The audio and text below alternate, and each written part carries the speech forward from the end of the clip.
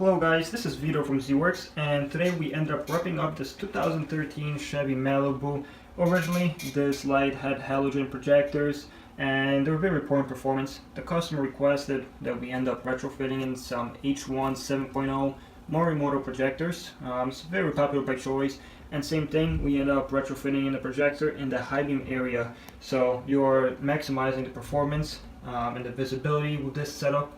Definitely. So if you guys have any questions and you guys need information on your build, or you just need the parts, or you just want to schedule something with us, I'll be more than happy to assist you. You can email me at info@zworkslights.com, or check out the website with all the parts that we carry, www.zworkslights.com. Thank you.